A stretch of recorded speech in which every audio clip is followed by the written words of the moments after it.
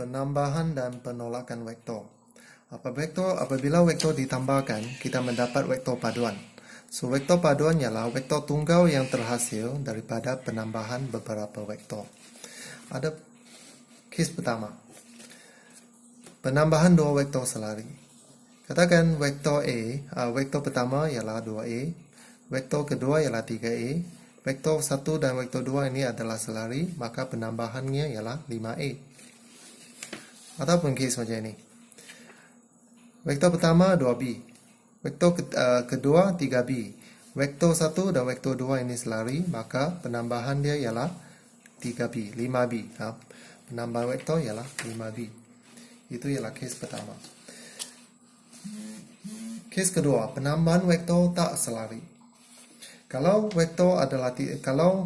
kita ada dua vektor yang tidak selari, maka kita akan menggunakan hukum segitiga. Contohnya A dan B tidak selari. So, hasil tambah vektor yang pertama, kita menggunakan kaedah hukum segitiga. Apa yang kita buat? Okey, kita mulakan dengan satu titik, kita lukiskan vektor A. Pada hujung vektor A ini, kita sambungkan vektor B. Mengikut panjang dan mengikut arah dia. Mengikut panjang dia dan mengikut arah dia. Vektor A pun mengikut arah dan mengikut panjang dia. Okey, so vektor A dari sini pergi sini, vektor B dari sini kita sambung sampai sini. Maka permulaan dan titik hujung ini kita sambungkan, kita mendapat vektor paduan A tambah B. Okey, arah vektor paduan ialah dari titik mula ke titik akhir. Arah dia ke atas. Ini ialah hukum segitiga. Okey, kaedah kedua ialah kita boleh menggunakan hukum segi empat selari. Kita menggunakan hukum segi empat selari untuk melakukan penambahan vektor. Dua vektor ini sama juga. Hukum segi empat selari, apa yang kita buat? Kita mulakan dengan satu titik. Kita akan lukiskan vektor A mengikut arah dan mengikut magnitude dia. Okey, magnitude dia 2 peta, arah dia ke sebelah timur. Okey, kita sambungkan. Okey, pada titik yang sama kita sambungkan vektor B. Okey, vektor B, okey, 1 2 panjang dia sama dan arah dia sama. Kemudian kita bentukkan segi empat selari. Okey, perpenjuru untuk segi empat selari ini mewakili vektor paduan A tambah B. Okey, jawapan yang kita dapat di sini adalah sama dengan jawapan yang kita dapat untuk kes yang tadi. Okey, nampak tak? Arah vektor paduan ini adalah sama dengan arah vektor paduan ini. Okey, apabila vektor paduan A tambah B, kita cari. Boleh guna kaedah hukum segitiga atau kaedah segi empat selari. Kita akan mendapat jawapan yang sama. Okey, untuk kaedah yang ketiga, okey, hukum poligon pula. Kalau kita ada lebih daripada dua vektor, kita akan menggunakan hukum poligon. Contohnya, AE, okey. Vektor AE dari A pergi E. Dari A pergi E. Okey, vektor AE ini kita boleh menggunakan kaedah alternatif iaitu A pergi B, B pergi C, C pergi D, D pergi E. Okey, A pergi B, B pergi C, C pergi D, D pergi E. Maka kita dapat vektor AE. Mula di sini, tamat di sini. So, apa yang kita dapat? Kalau vektor AB ini ialah A, ini ialah B, ini C, ini ialah D, maka vektor AE ini ialah A tambah B tambah C tambah D. Ini jawapannya. Okey, ini adalah hukum poligon. Digunakan apabila kita mempunyai lebih daripada dua vektor. Okey, contoh yang pertama. Okey, sekarang kita masuk contoh yang pertama. Okey, ini adalah soalan yang diberi.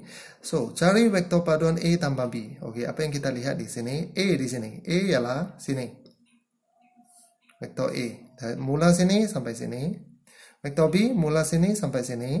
Okey, mula di sini, tamat di sini. So, vektor paduannya dia ialah vektor AC. Okey, soalan 2. Vektor B tambah vektor C. Okey, vektor B bermula di sini. Vektor C bermula di sini sampai sini. Bermula di sini, tamat di sini. So, vektor paduannya ialah permulaan akhir, arah ke atas. Vektor paduan dia ialah BD. Okey, vektor C tambah vektor D. Okey, vektor C bermula di sini. Ini adalah vektor C bermula di sini. Vektor D sambung di hujung dia, bermula dari sini dan tamat di sini. So, mula di sini, tamat di sini. So, vektor paduan dia ialah CE. Vektor paduan dia ialah CE. Mula sini, tamat di sini. CE, arah dia ke atas. AB tambah BD. Okey, di mana AB? AB sini, A pergi B. BD di mana? BD di sini. AB tambah BD. Kita mula dari sini, kita tamat di sini. Apakah vektor paduannya? Vektor paduannya ialah AD. Contoh pertama. Okey, contoh kedua.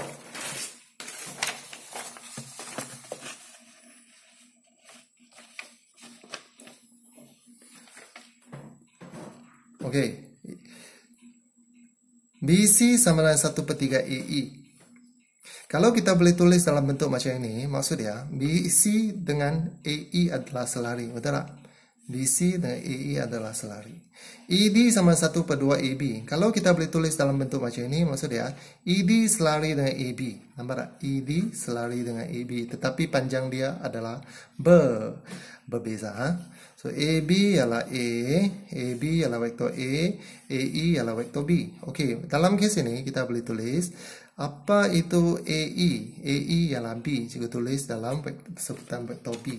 So, BC ialah 1/3 B. Apa itu ED? Apa itu AB? AB di sini ialah vektor A. So, juga boleh tulis ED ialah 1/2 A. So, sekarang kita ungkapkan CD dalam sebutan A dan B. Apa itu CD? Kita guna hukum poligon. C pergi D. Apakah jalan yang lain? C pergi D, jalan lain yang lainnya lah C pergi B, B pergi A pergi E, kemudian E pergi D. So, ini cara cikgu tulis. CD ialah C pergi B, B pergi A pergi E, dan kemudian E pergi D. Ini yang cikgu tulis. Okay, next. Apa itu CB? Kita ada BC. Kita ada BC. BC ialah 1/3 B. Tetapi sekarang kita mau CB, terbalik. Maka kita tambah negatif. Negatif 1/3 B. Apa itu BA? Apa itu BA? Apa itu BA? AB ialah A. So, BA ialah negatif A. Nampak tak? Apa itu AE? AE ialah B. Kita tulis balik. Apa itu ED? Apa itu ED? ED ialah 1/2 A.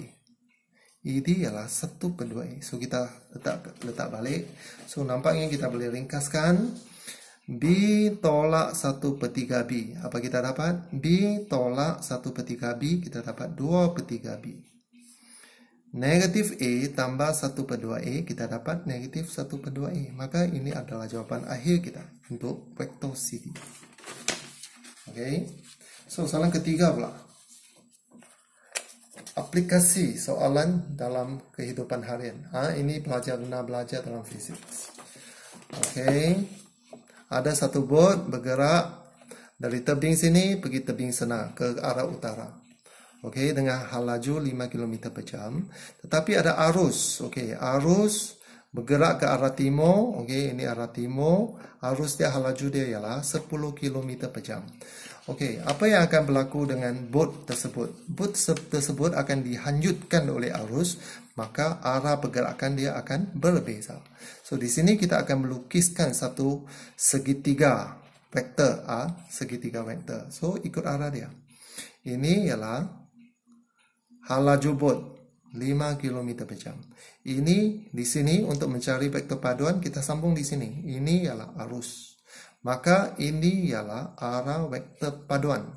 Okey, iaitu hal laju sebenar yang terhasil dan arah yang terhasil. So, ini ialah vektor V tambah A. Ini ialah vektor paduan. So, apakah magnitude atau hal laju paduan? So, hal laju paduan ialah panjang vektor ini.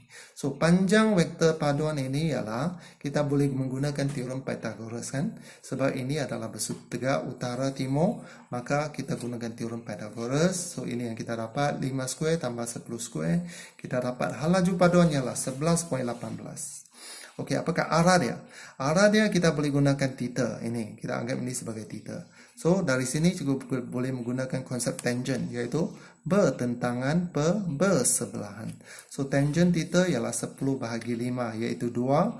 Shift tangent theta 2, shift tangent 2 juga dapat 63.43 darjah. So sudut ini ialah 63.43 darjah. Okey, apakah kita cuba guna bearing? So perahu itu bergerak pada bearing 063.43 darjah dengan laju 11.18 km per jam.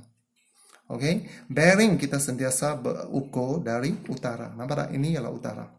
So ini ialah bearing dia. Ini ialah sudut dia. So kita tulis 3 digit 063. Ini ialah konsep bearing. Okey, next. Hasil tolak vektor. Apa itu hasil tolak vektor? Okey, hasil tolak vektor sebenarnya adalah hasil tambah vektor negatif.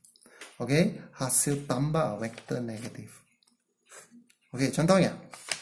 Vektor A tolak B sebenarnya ialah vektor A tambah negatif B, vektor negatif B. Okey.